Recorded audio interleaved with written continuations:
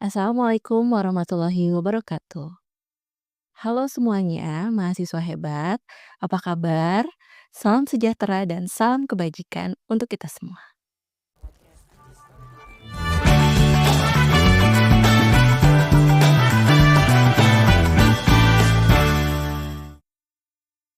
Perkenalkan, nama saya Ibu Diana Nuranggraini MPD, selaku pengampu mata kuliah pengembangan sumber belajar dan bahan ajar.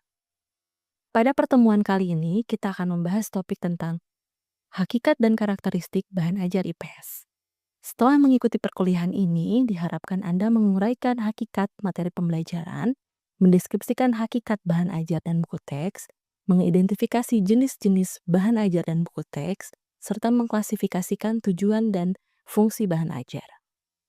Pertama-tama, mari kita pahami bersama tentang apa itu materi pembelajaran.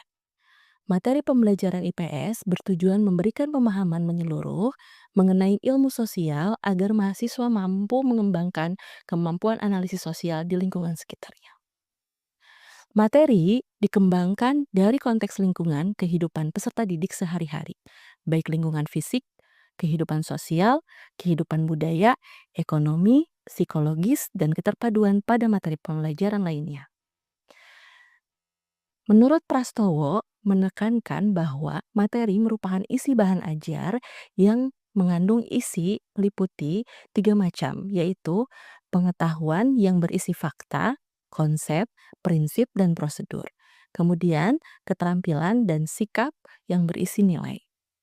Perlu kita ketahui bahwa setelah kita mengetahui pembelajaran, maka materi tersebut menjadi kunci penting dalam pembuatan bahan ajar. Adapun perbedaan antara bahan ajar dengan buku teks. Bahan ajar adalah materi pembelajaran yang disusun secara sistematis yang digunakan oleh guru dan peserta didik untuk mendukung pembelajaran di kelas.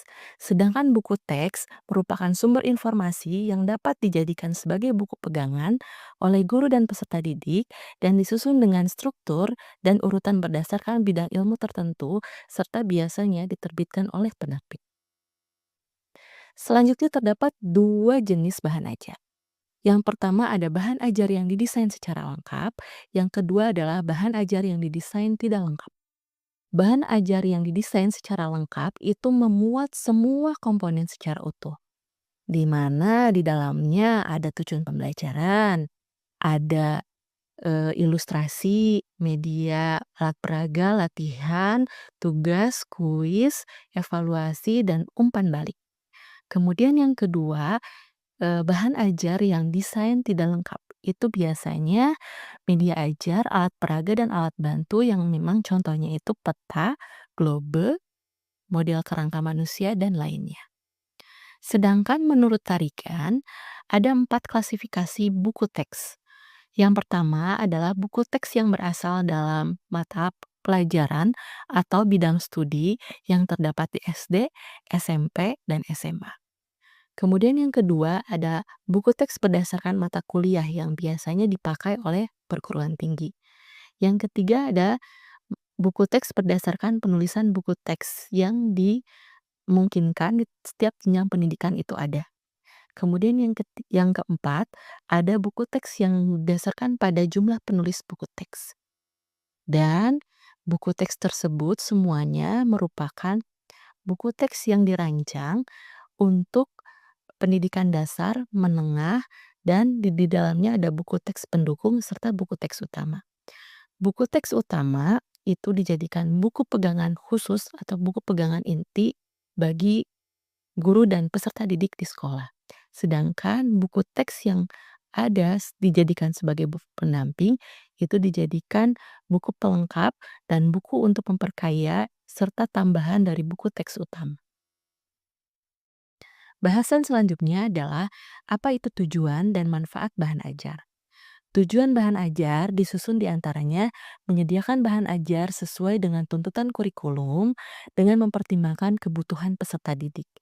Kemudian, bahan ajar itu memiliki karakteristik dan setting atau lingkungan sosial peserta didik. Membantu peserta didik dalam memperoleh alternatif bahan ajar di samping buku-buku teks yang terkadang sulit diperoleh. Dan terakhir adalah tujuan bahan ajar ini mampu memudahkan guru dalam melaksanakan pembelajaran. Kemudian, manfaat bahan ajar dan peserta didik diantaranya memperkaya ilmu pengetahuan dengan menggunakan berbagai referensi, menambah wawasan, hasanah keilmuan, pengetahuan, kemudian pengalaman belajar. Kegiatan pembelajaran ini menjadi lebih terarah karena adanya buku teks, kemudian belajar juga bisa dijadikan menjadi belajar mandiri dan memberikan kemudahan bagi peserta didik dalam mempelajari setiap kompetensi yang harus dikuasainya. Terima kasih, sekian pembahasan dari saya.